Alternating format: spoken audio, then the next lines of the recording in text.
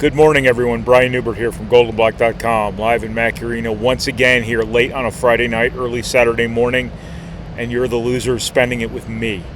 This is your goldenblack.com wrap video following Purdue's 76-66 win over UCLA here in Mackey Arena. This is brought to you by our friends at the Purdue Club Hotel. Thank you to them, as always, for their support when Purdue plays these LA teams out there next year. I will be looking for the Purdue Union Club Hotel in Los Angeles, Inglewood, Orange County, whatever it might be, and there better be one. So Purdue wins 76-66 over the Big Ten's foremost caps lock school, UCLA. For the uninitiated, that's the University of California at Los Angeles. If you've only found these videos because your YouTube algorithm knows you watch so many Breaking Bad videos that they start putting me in here, UCLA is now in the Big Ten for some reason.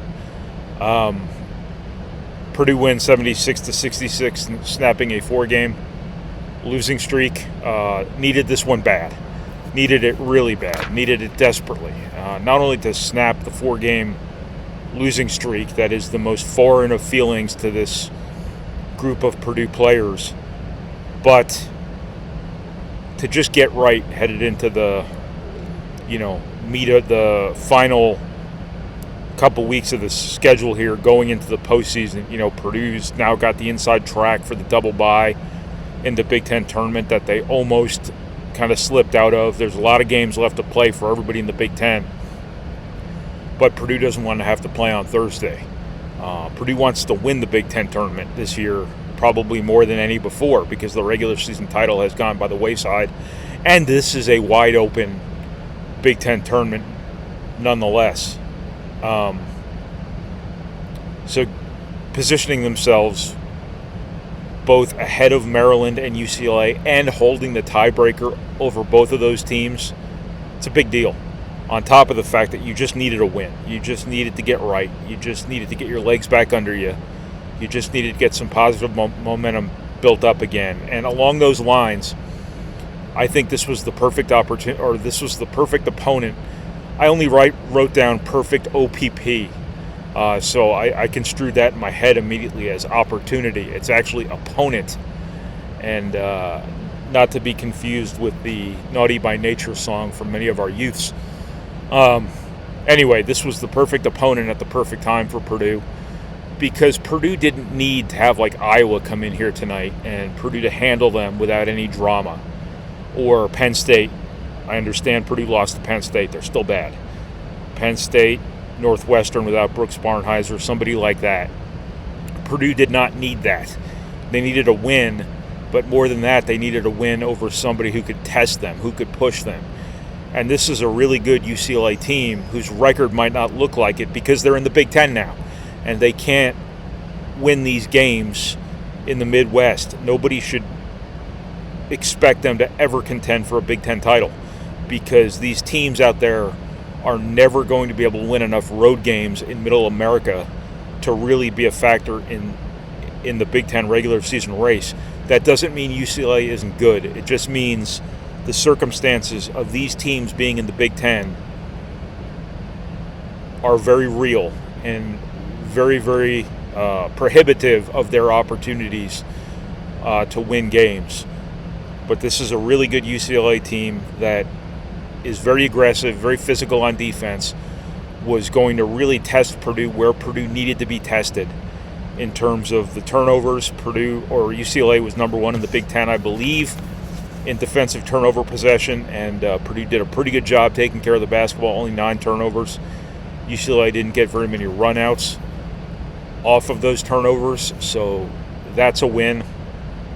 I think Mick Cronin teams always play really hard, and that tends to translate to rebounding, even if UCLA, other than the guy who comes off the bench, isn't the biggest team in college basketball, but they play bigger than they actually are. And for them to test Purdue on the glass, I think is exactly what Purdue needed here, to be able to play an opponent like this and beat them and overcome all the same stuff happening that has happened during the losing streak in terms of the 10-point lead getting away in the first half, the opponent shooting like 80% for the first 10 minutes of the second half, and then for Purdue to actually buckle down and change its fortunes and win the game, I think was a really big deal. So this was the best kind of win for Purdue under its circumstances, if you ask me.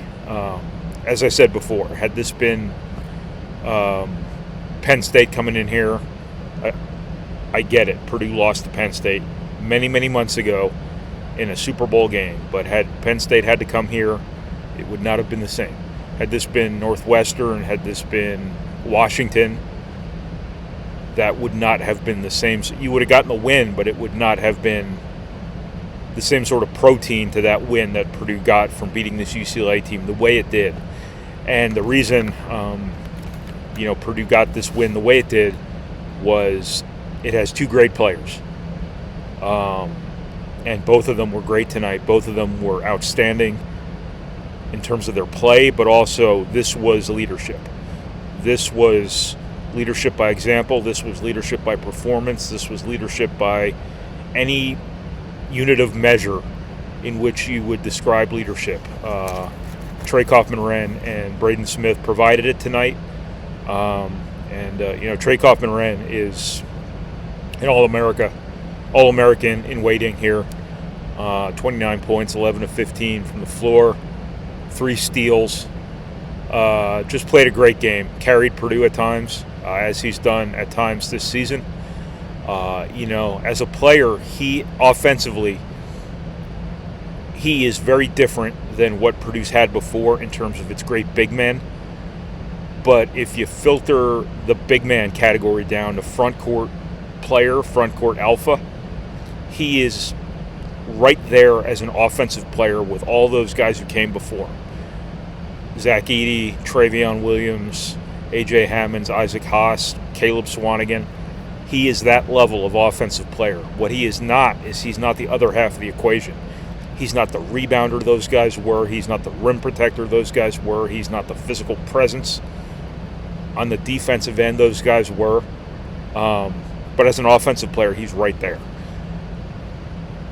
I think, though, while he's not a great defensive player, nor should he necessarily be expected to be as like a 6'9" center right now, I thought he really was part of the solution here for Purdue defensively. They needed to get back to attention to detail on defense. They needed to get back to cohesiveness, and they needed to get back to doing it with energy and being disruptive. Those things had really completely gone sideways during the losing streak. And when you saw Trey Kaufman-Renn out there deflecting passes in the first minute of the game, for the first 2 minutes of this game, there was a Purdue arm or leg, an appendage, if you will, in every passing lane UCLA tried to throw the ball into. That led to a series of UCLA turnovers early that Purdue probably did not take full advantage of and could have really separated itself early had it. But it did illustrate the fact that Purdue was back on top of its P's and Q's, whatever that actually means. There aren't very many words that start with Q.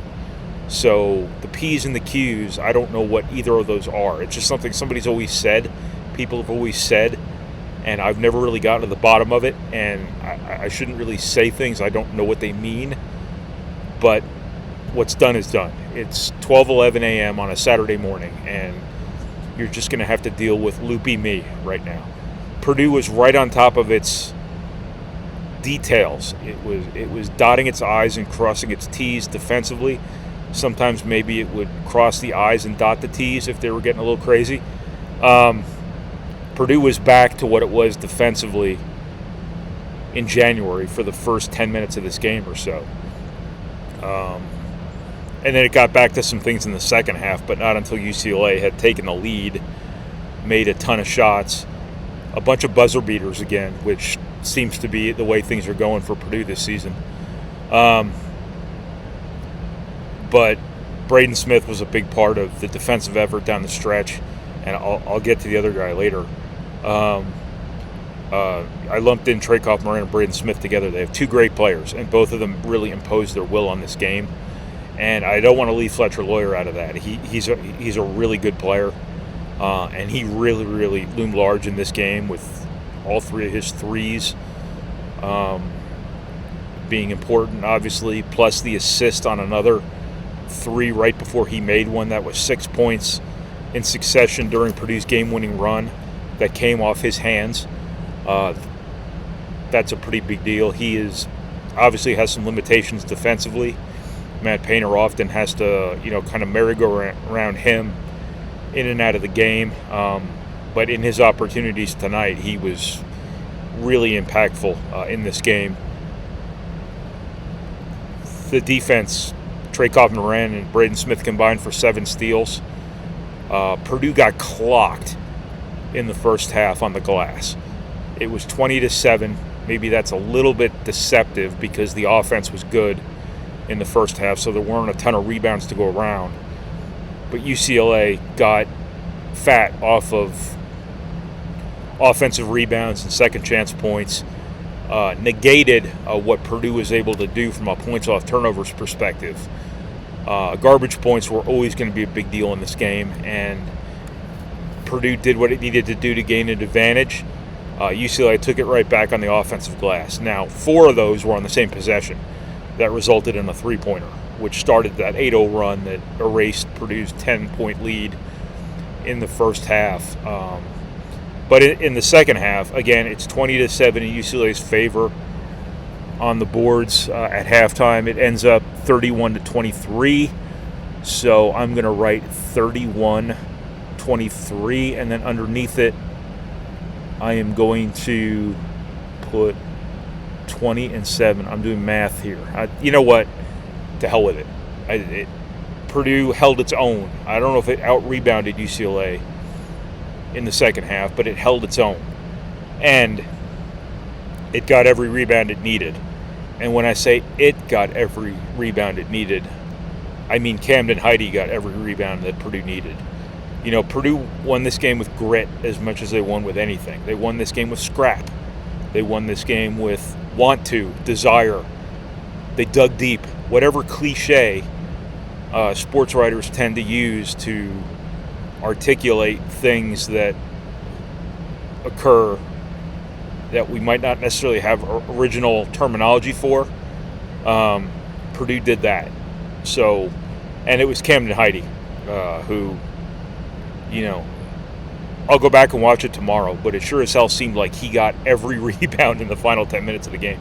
Every defensive rebound, it seemed like he got in the final 10 minutes of this game. And I just said that. Now I'm saying it again. He had 9 rebounds. I think all of them were in the second half. They were grown man rebounds, too. He was just going in there with abandon.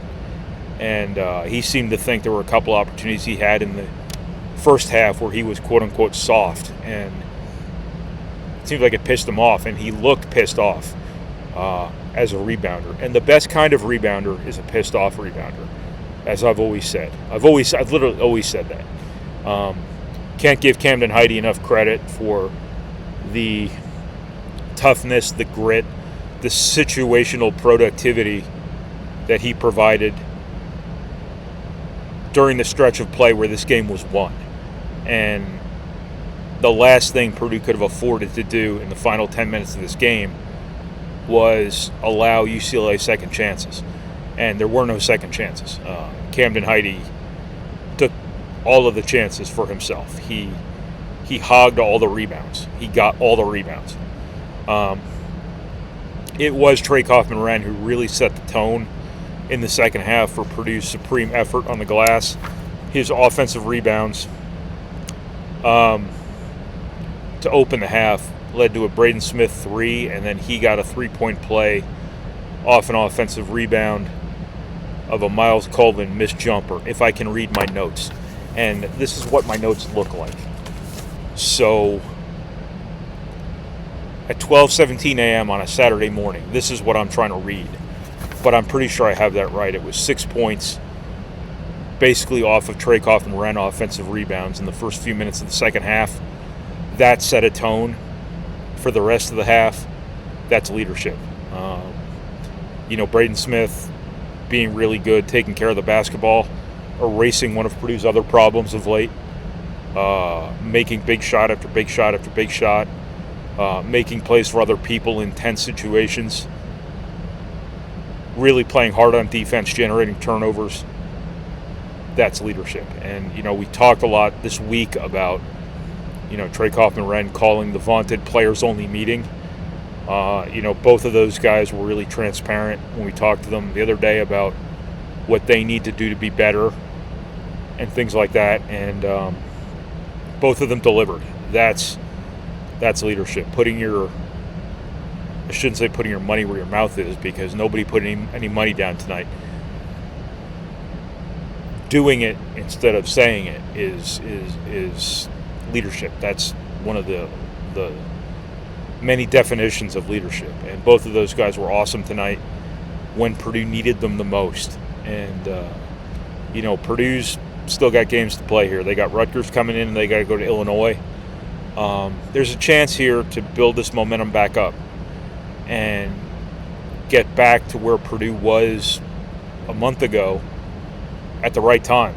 I've been writing for 2 weeks now. These things can turn quick. And it was right around the 10-minute mark of the second half of this game that things turned. They just did. And maybe they turned in a sustainable manner. I just know this. The Big Ten tournament, this is as wide open a Big Ten, I think, as there's been at this point in time. This is as wide open a Big Ten tournament. And Purdue might go into that event with some angst, which is good. You always want some angst. Angst has never hurt anybody. There's a championship on the line. You played, you should have beaten Michigan at Michigan.